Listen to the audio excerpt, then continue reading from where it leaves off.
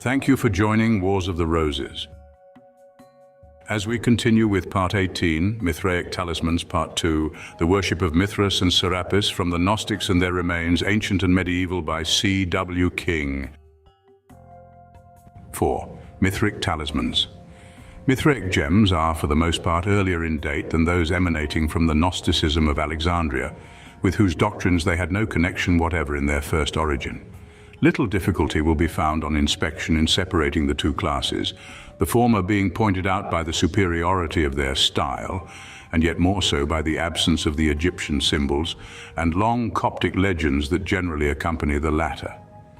Indeed, many of them belong to the best period of Roman art, the age of Hadrian, and it is easy to perceive how the worship of Apollo gradually merged into that of his more spiritual Oriental representative. In the times when religious ideas of Indian origin began to get the upper hand throughout the Roman world, a religion essentially speculative and dealing with matters pertaining to another life and the invisible, utterly different in nature from the old Grecian creed, so materialistic, so active, so entirely busying itself with the present and the visible. In accordance with the rule that prescribed the proper material for talismans, the jasper, Pliny's malachite, green, mottled or yellow, is almost exclusively employed for intagli embodying Mithraic ideas and which take the place of Phoebus and his attributes amongst the glyptic remains of the 2nd and 3rd centuries. To judge from their fine execution, certain examples of the class may even date from the age of the first Caesars, and thus form, as it were, the advanced guard of that countless host of regular Gnostic works, amidst whose terrific barbarism ancient art ultimately expires. In their beginning, these Mithraic works were the fruit of the modified Zoroastrian doctrines so widely disseminated over the empire after the conquest of Pontus, doctrines whose grand feature was the exclusive worship of the solar god, as the fountain of all life, a notion philosophically true, if indeed the vital principle be, as some scientists assert, nothing more than electricity. As will be shown hereafter, Serapis. The later Platonists, like Macrobius, labored hard to demonstrate that the multitudinous divinities of the old faiths, wheresoever established, were no other than various epithets and expressions for the same God through his different phases. The aim of all the school was to accommodate the old faith to the influence of the Buddhistic theosophy, the very essence of which was that the innumerable gods of the Hindu mythology were but names for the energies of the first triad in its successive avatars or manifestations unto man. To come now to the actual types setting forth these ideas, prominent amongst them is the figure of the lion, he being in astrological parlance the house of the sun, usually surrounded with stars, and carrying in his jaws a bull's head, emblem of earth subjected to his power. Sometimes he tramples on the serpent, which in this connection no longer typifies wisdom, but the principle of evil.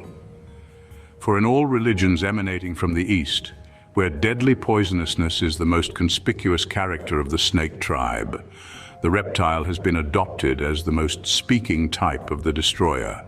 In the West, on the other hand, where the same species is for the most part innocuous and a mere object of wonder, it has always symbolized wisdom, and likewise eternity, from the popular belief in the yearly removal of its youth through casting the slough. On this account, the serpent was made the companion of Apollo and Aesculapius, and furthermore plays so important a part in Scandinavian mythology, holding the whole universe together in its perpetual embrace. Mithras himself often makes his appearance, figured as a youthful Persian plunging the national weapon, medus achinaces, into the throat of a prostrate bull, which expresses the same doctrine as the type last mentioned, whilst overhead are the sun and moon, the group standing in the center of the zodiac. But the completest assembly of Mithraic figures and symbols that has come under my notice is the intaglio, published by Calus. It is engraved upon a very fine agate, 2 by 1.5 inches in measurement. In the center is the usual type of Mithras slaughtering the bull, the tail of which terminates in 3 wheat ears, and between the hind legs hangs a huge scorpion. Below is the lion strangling the serpent, emblem of darkness and of death. On each side stands a fir tree, admitted into this system because its spiry form imitates a flame, for which same reason its cone was taken for the symbol of the element fire, and therefore borne in the hands of deities in the most ancient Syrian sculptures. Against these fir trees are affixed torches, one pointing upwards, the other downwards, which clearly stand for the rising and setting of the sun. At the side of one is a scorpion, of the other a bull's head. Above each tree again is a torch, each pointing in an opposite direction. The principal group is flanked by Phoebus in his 4-horse, Luna in her 2-horse car. Above the whole stand 2 winged figures entwined with serpents and leaning upon long scepters, between whom rise up 3 flames, besides 4 more at the side of the right-hand figure, making up the mystic number 7, perhaps representing the 7 Amshaspans or archangels. A naked female surrounded with stars kneels before the angel on the left, doubtless the soul for whose benefit the talisman was composed, soliciting his patronage. Could this elaborate composition be interpreted, it would certainly be found to contain a summary of the Mithraic Creed, as it was received by the nations of the West. As it is, however, some portions of the tableau are explained by certain legends to be found in the Parsi sacred books, whilst others derive light from comparison with the larger monuments of the same worship. Thus, the termination of the bull's tail in ears of wheat allude to the 50 life-giving plants which sprang from the tail of the primeval bull, or life, the same word in Zend, after he had been slain by Ahriman. Of the same animal, the seed was carried up by the Izeds, genii, to the moon, where, purified in her beams, it was molded by Ormuzd into a new pair, the parents of all that exists in earth, air, and water. The scorpion is appended to the part of the body, properly under the influence of the sign so-called, for as Manilius teaches, the fiery scorpion in the groin delights. In this particular situation, it expresses autumn as the serpent underneath does winter, and with good reason takes the place of the bull's genitals, for as the same poet sings, 4:217, with fiery tail when Scorpio threatens war, as through the stars he drives the solar car, he searches earth with penetrating rays, and the mixed seed deep in her furrows lays. The torches raised and lowered signify the east and west.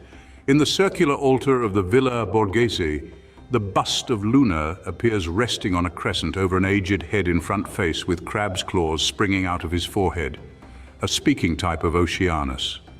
The bust of the rising sun with his customary badge, the 8-rayed star in point, rests upon an erect flambeau, whilst that of the setting luminary looking downwards is placed upon another lowered towards earth. Again, the serpent winding 4 times about the figures may signify the sun's annual revolution. An explanation rendered the more plausible by the torso of Mithras at Arles, in which the zodiacal signs occupy the intervals between the coils of the same serpent. The lion and raven stand for the attendant priests. For in these mysteries the higher officials were denominated lions, the lower ravens, whence the rites themselves got the name of Leontica and Coracica. The fires, the planets, and the genii presiding over them are in number 7, a numeral the most sacred of all amongst the Persians. But of these 7 fires, 3 are ever depicted in a special manner as those most worthy to be held in reverence. These 3 are the fire of the stars, that is, of the planet Venus, named Anahid, the fire of the sun, or the fire Mir, and the fire of lightning, or the fire Bersiof, that is, the planet Jupiter. The Mir is the winged orb so common in all Assyrian sculpture, an emblem which serves to explain the prophet's simile, the Son of Righteousness with healing in his wings. The worship of the fire Gushtasp, or that of Anahid, figures on the Zend sculptures as a very ancient worship, and also in the Shahnameh, just as that of the goddess Anaitis does in many Greek authors from Herodotus downwards.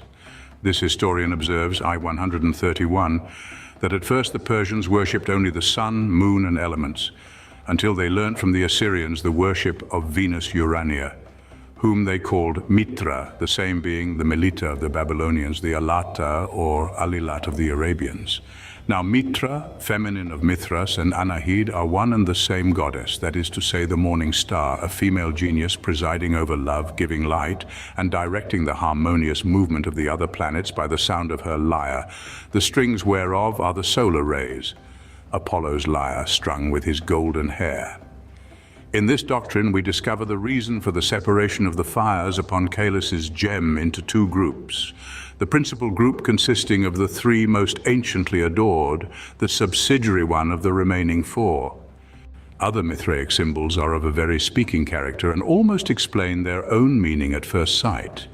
Thus, Mithras piercing the bull's throat with his dagger signifies the penetration of the solar ray into the bosom of the earth, by whose action all nature is nourished, as is further expressed by the dogs licking up the blood that pours from the wound.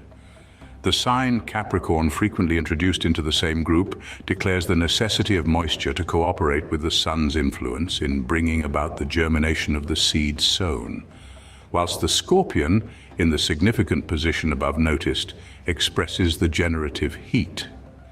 The union of two diverse religions, already mentioned, is curiously exemplified by those stones that show the Mithraic group surrounded by sets of the sacred animals of Egypt, arranged by threes: crocodiles, goats, calves, vultures, hawks, ibises, standing around in attitudes of adoration and gazing upon the great work of their supreme lord, Mithras. See page 41, figure 2. Mithraic bas-reliefs cut upon the smoothed faces of rocks or upon tablets of stone still abound throughout the former western provinces of the Roman Empire. Many exist in Germany, still more in France, others in this island along the line of the Picts' Wall, and a remarkably fine example at York, the station of the 6th Legion.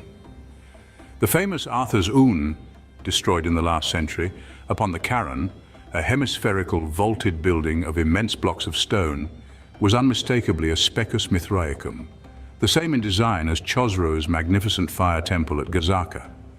Inasmuch as the sun god was the chief deity of the Druids, it is easy to imagine what ready acceptance the worship of his more refined Persian equivalent would find amongst the Celtic aborigines, when once introduced by the Roman troops and colonists, many of whom were Orientals. As Belenus, he continued to the last, the patron god of Aquileia, that Gallic metropolis of Cisalpine Gaul, and to his power was ascribed the death of Maximin when besieging that city. The acclamations of the Senate on the receipt of the news of their deliverance from the tyrant prove that Belenus was held to be another name for Apollo, a shoe of the giant emperor, a convincing testimony, literally an ex pede Herculeum to his incredible stature, was yet to be seen in the days of Lampridius, nailed to a tree in the sacred grove at the place of his fall. To the last circumstance, a curious testimony is incidentally borne by Lampridius, when he remarks that the entire military force employed by Maximinus in his great invasion of Germany was the same that had been raised by Severus Alexander, and which had accompanied him to the scene of his murder, either the north of Gaul or Britain, which same army the historian describes as potentissimus quidem per Arminios etos ruenos, et pathos, et omnis generis hominum. For this sagacious emperor had appointed to subordinate commands in his own army all the prisoners of royal or noble birth whom he had taken in his preceding Persian campaign. Although the modern Parsis, like their Achaemenian ancestry in the days of Herodotus, abominate idols and all visible representations of things divine, yet do they still piously cherish the ideas embodied on the sculptures just passed under review. Amongst these, most conspicuous is their veneration for the dog, which they yet esteem the most holy of animals. Tavernier, 493, was on this account greatly scandalized by the Guebres of Surat. They have another strange custom, when a person is on the point of death, to take a little dog and place it upon his breast. When they perceive that he is at his last gasp, they apply the dog's muzzle to the dying man's mouth and make it bark twice when in this position, as if they meant to make the person's soul enter into the dog, which they pretend will deliver it unto the angel appointed to receive the same. Moreover, if a dog happens to die, they carry it out of the town and pray to God in behalf of that piece of carrion, as though the brute's soul could derive any advantage from their prayers after its death. My Parsi informant assures me this ceremony is now modified into the merely bringing a dog into the dying man's chamber. Following up this analogy, the sculptured dog licking up the bull's blood may actually be intended for such a vehicle of departing life. In these times, the Parsis expose their dead upon gratings laid on the summit of the Tower of Silence, to be consumed by the birds alone. But under the Sasanian monarchy, it was the inviolable rule to lay out all corpses in the open fields to be devoured by the dogs. This was no more than carrying out to the full a very ancient principle of the Zoroastrian religion. Herodotus, 140, states from his own knowledge that the corpse of Omegus was not allowed to be buried before it had been attacked by a bird or dog, adding that the same was reported of the other Persians. The Magi regarded the killing of a dog equally criminal with that of a human being. This primitive style of obsequies the Sasanians strove hard to enforce upon all nations subjected to their sway, viewing as a great sacrilege the placing of dead bodies in the bosoms of the earth, a still greater, the consuming them by the sacred element, fire. This practice, above all others, scandalized the narrow-minded Byzantines, the historian Agathias expressing his horror at the casting the dead to the dogs, whatever their rank or dignity in life, as in the case of the great satrap Mermeroes, whom he saw thus exposed naked in the fields to be so devoured. When the last 7 sages of Greece, expelled from their professional chairs at Athens by the stupid bigotry of Justinian, sought refuge in the ostentatious hospitality of Nushirwan the Just, even they, despite their philosophy, found themselves obliged, by their disgust at the sight of this practice, to return home with sad loss of dignity and submit to the spirit of the times, to which they would have been forced to conform had they continued under the protection of the Sasanian king. If the dogs refused to touch the carcass, this was looked on by the friends of the deceased as the very worst of indications as to the ultimate destination of his soul.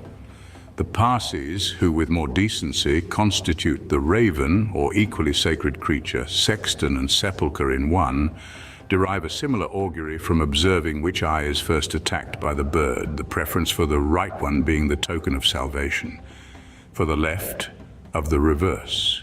The same practice prevails in Tibet with the motive thus assigned. Several bodies exposed on the banks of the stream were being devoured by crows and buzzards, which soon leave nothing but the skeletons, which are washed away by the summer rise of the stream. The Tibetians believe that as each buzzard, gorged with its foul repast, soars into the heavens, a portion of the spirit of the deceased is taken up into heaven. In the case of rich people, llamas are employed to divide the body into small pieces and carry it up to the top of a hill, where the vulture and buzzard soon dispose of it. Interment of the dead is also practiced, but only among the poorer people who cannot afford to pay llamas to perform the ceremony of exposing the body. Cooper's Travels of a Pioneer of Commerce, page 270. A very curious portion of the initiatory ceremony in the ancient mysteries was the giving of the mark of Mithras. After successfully undergoing each stage of the ordeal, the accepted candidate was marked in a certain indelible manner, but the exact nature of this marking cannot now be ascertained. The expressions used by St. Augustine lead us to conclude 2 things. Firstly, that the engraved stones, the object of our consideration, were given to the candidate at the end of his probation for a token of admission into the fraternity and for a medium of recognition between members, and secondly, that everyone upon admission was stamped with a secret mark, indelibly imprinted in his flesh. Something of the sort has been copied by a certain spirit, in that he will have his own image to be purchased with blood, forasmuch as he was aware that mankind were some day or another to be redeemed by the shedding of blood. This last expression shows that this mark was not burnt in, but incised or tattooed. And the same conclusion may be deduced from St. John's using the term charagma, engraving, not stigmi, branding for that badge of servitude which all the subjects of the second beast, having horns like a lamb's and speaking like a dragon, were forced to receive either in their right hands, that is, upon the palm, or upon their foreheads. And he caused all, both small and great, rich and poor, free and bond, to receive a mark in their right hand or in their foreheads. And that no man might buy or sell, save he that had the mark, or the name of the beast, or the number of his name. Revelation 13:17. These words contain a compendious account of the different kinds of stigmata then in use to distinguish those devoting themselves to any particular deity. The mark was the figure of the special symbol or attribute of that deity, exactly answering to the caste marks of the modern Hindus. The name was his own, written at full length in some sacred language. The number was the more recondite way of expressing that name, either by a single numeral in the primitive Chaldean fashion or by other letters taken numerically and yielding the same sum. The author of the Apocalypse very probably had the Mithraicists in view when penning this allegory. Yet we may be certain that the members of a secret society did not receive the mark of membership upon any conspicuous part of their persons. The same necessity meets us here as in every other branch of this inquiry, for placing the origin of all such sectarian bodily marks in India, the true fountainhead, directly or indirectly, of so many Gnostic practices. There, the votaries of the several deities are still distinguished, each by the proper symbol of his patron god impressed upon his forehead, but by a milder process than of old, being traced, not in his own blood, but with the ashes of cow dung, the powder of sandalwood or colored earths daily renewed.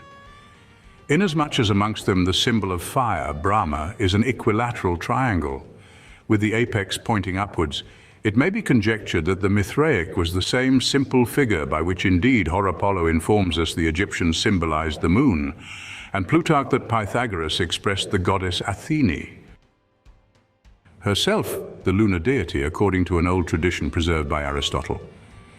Clarkson, however, asserts positively that the mark of Mithras was the Tau Mysticum, but whence he derived this knowledge I have never been able to ascertain. There is very good reason to discover a Mithraic mark in the Phanaces, or sun between two crescents, the regular badge of the kings of Pontus, and as such put upon the states of Athens, bearing the names of Mithridates and Aristion, in the Duc de Luynes collection. The 7 stars so conspicuous upon these talismans doubtless stand for something higher than the mere planets. In all likelihood, they denote the 7 Amshaspans, the first order of angels in the Zoroastrian hierarchy, and who became the 7 spirits of God to the later Jews, and thence by gradual transition gave the epithet Septiformis Munera to the Spiritus Sanctus of Christianity. Of these Amshaspans, the names and offices are Ormuzd, source of life and creation; Bahman, king of the world; Adi-Behest, giver of fire; Sharivar of the metals; Kbandamat, the Gnostic Sophia, queen of the earth; Kordad, presiding over time and the seasons; Emerdad, over trees and plants. Of these, the highest in place are, after Ormuzd, the 4 named next in gradation. Below this order stand the Izids, 27 in number, ruled over by Mithras. They govern the heavenly bodies and the elements. Against each Amshaspan and Ized is arrayed a corresponding angel of darkness to thwart all his operations, namely the 7 archdevs and the 27 devs. Thank you for watching, and please don't forget to share, like, subscribe and comment, and if you can, please consider donating to Wars of the Roses. Links to PayPal and Patreon are in the description. Thank you so very much.